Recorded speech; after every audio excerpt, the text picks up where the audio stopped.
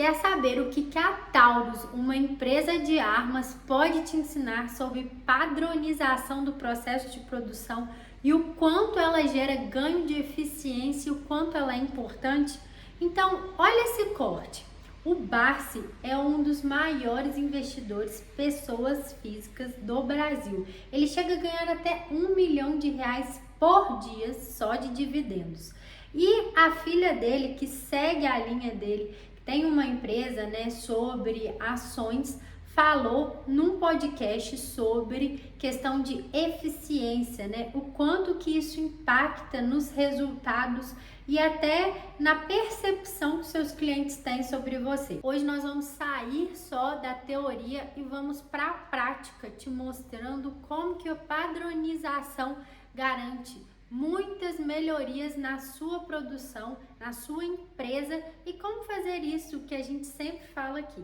Olá, meu nome é Renata Parma e toda semana a gente traz um vídeo novo aqui na Ascenso sobre como tornar a sua produção e o seu estoque mais simples e eficiente.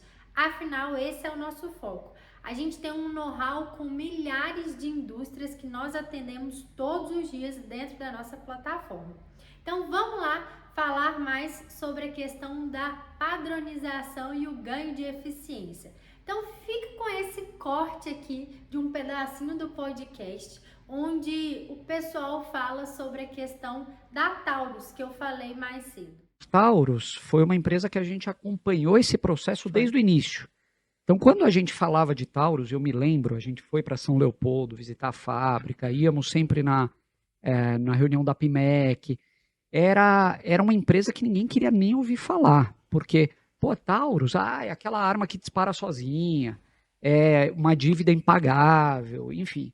Quando você ouve verdades absolutas de mercado, eu acho que você tem que sempre se questionar, será que é tudo aquilo que estão falando da empresa, tanto para o lado bom quanto para o ruim?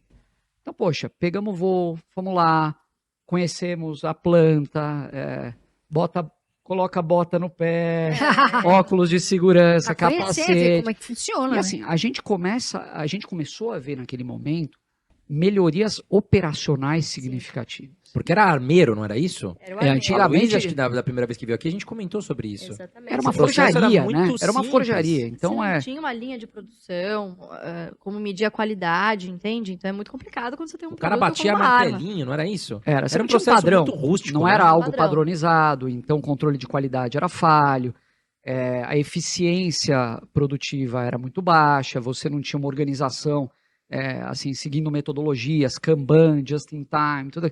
Então, isso são coisas que você simplesmente não vai entender isso olhando a planilha do Excel, você conversando com o cara do chão de fábrica. Que a Assim, coisa mudou, melhorou. O que né? aconteceu nos últimos tempos aqui? Está melhorando? Você recomendaria a Taurus para um parente seu vir trabalhar? São pequenos detalhes que fazem toda a diferença. E ao longo do tempo a gente foi vendo que isso, de fato, sinalizava uma melhora progressiva e a empresa chegou onde chegou. Se você viu esse corte, mas ficou um pouco perdido, calma que eu vou te ajudar explicando tudo sobre o que eles falaram e como isso se aplica aí na sua realidade, da sua indústria, seja ela de qual porte for. E a primeira coisa que a gente vai falar é sobre alguns conceitos que são trazidos nesse corte. O primeiro deles é sobre padronização. Padronização nada mais é do que tornar padrão. Então, no processo de produção é quando você torna padrão um processo que antes não tinha tanto essa questão, às vezes por conta de ser muito manual ou ser muito ainda inicial. Como ele fala aí que antes eram os forjadores que faziam as armas. Então imagina alguém ali com um martelinho fazendo arma, que é algo que é tão, tem que ter uma qualidade tão boa, afinal você está lidando ali com a vida de outra pessoa, caso aquela arma venha disparar ou caso tenha um erro, isso pode ser fatal. Então, na qualidade em relação à arma, ela ainda é muito mais importante do que alguns outros setores que a gente tem. Só que isso a gente vê em várias empresas. Por quê? Elas acabam achando que qualidade não é tão importante e não veem que a percepção do seu cliente vai ser afetada e muito em relação à sua empresa pela qualidade percebida nos seus produtos.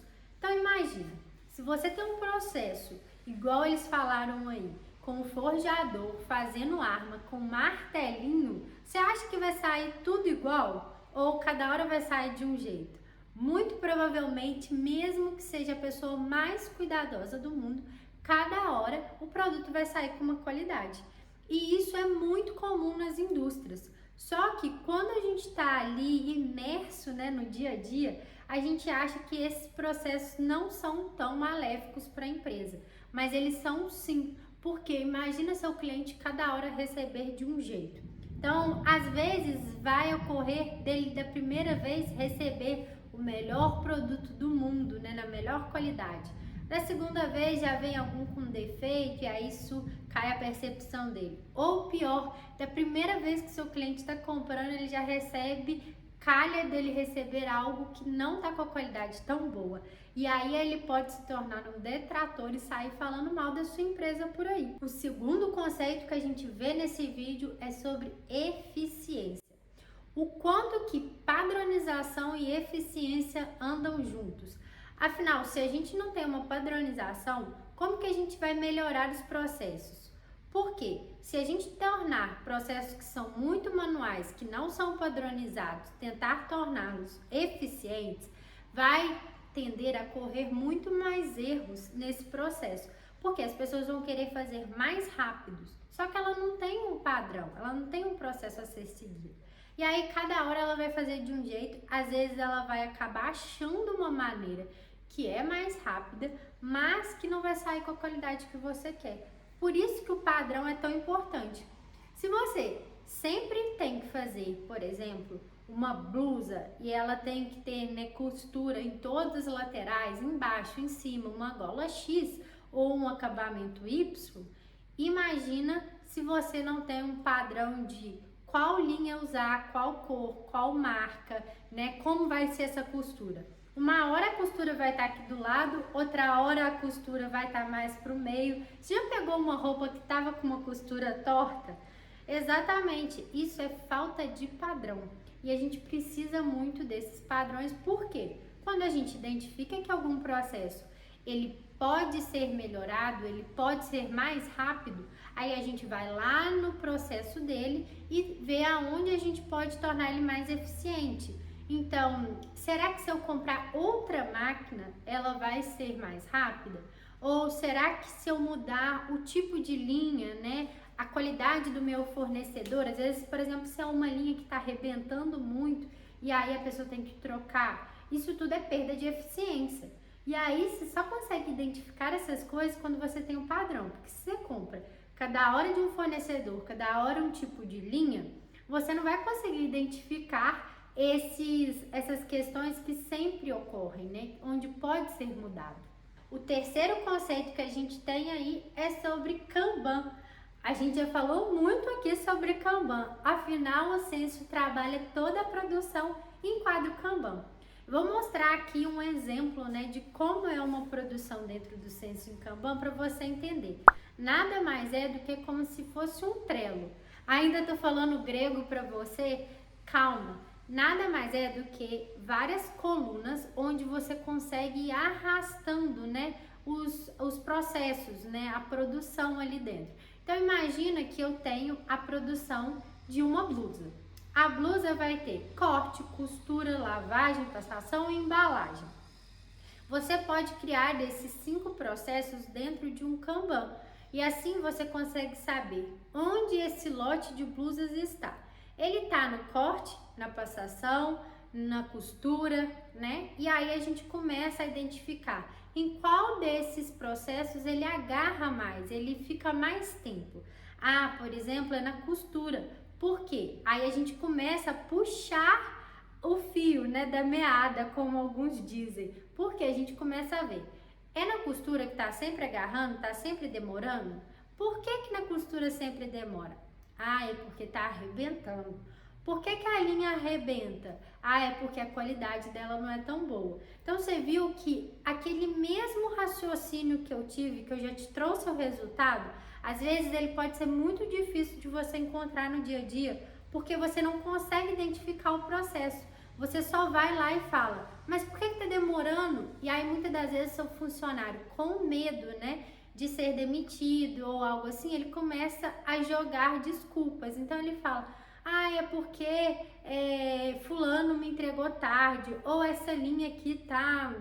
Ele realmente fala que a linha, né, tá ali estourando muito, mas às vezes você acha que, mas não é todo mundo que estoura. Às vezes é um problema na máquina dele, que tá com alguma coisinha ali que faz a linha estourar o tempo inteiro. Então, se você, né, só ataca o problema em si, né, você não consegue identificar a causa. Se você tenta ir de uma vez só, você tem que começar a identificar lá da base, de onde vem, porque aí sim você vai tratar a causa. Então, às vezes pode ser uma máquina, pode ser o fornecedor, pode ser a cor da linha, né, que pode mudar. Então, às vezes alguém do lado está trabalhando com uma linha de cor diferente, e aí ela veio com qualidade diferente, e vai calhar naquela máquina daquele funcionário de estar pior. E aí você vai achar que o problema é o funcionário, que pode também ser, mas a gente tem que identificar tudo, por quê? Não vai adiantar eu trocar, por exemplo, se fosse o caso da linha, o funcionário ia continuar dando esse problema da mesma forma. E o quarto conceito que a gente vê nesse vídeo é o just in time. Se você nunca escutou sobre esse conceito, calma que ele é bem simples e eu vou te explicar. Just in time nada mais é do que a tradução fala, ou na hora certa, né? Então, é você produzir os itens na hora certa. Renata, é muito fácil falar isso, mas agora na prática é uma coisa totalmente diferente, porque eu acho que vai vender muito e acaba não vendendo. Calma que existem muitas estratégias que a gente pode aplicar para conseguir melhorar esse processo de saber quando comprar, quando produzir, né? Quando vai faltar tanto de produto quanto de matéria-prima. A gente já falou aqui muito sobre o quanto que é maléfico para uma empresa ter itens a mais ou a menos durante a produção ou a venda, né? O quanto isso atrasa o processo produtivo. Mas para a gente resolver isso, para melhorar, né, tornar a nossa empresa mais just in time, o que a gente pode fazer? Por exemplo, a estratégia de planejamento de reposição de estoque. No Senso, a gente tem uma ferramenta onde você consegue saber o que repor e quando repor. Vou te mostrar aqui esse exemplo para você visualizar o que eu estou falando. Então, aqui a gente vê 4 quadrantes. Repor urgente, repor em breve, estoque saudável e estoque em excesso.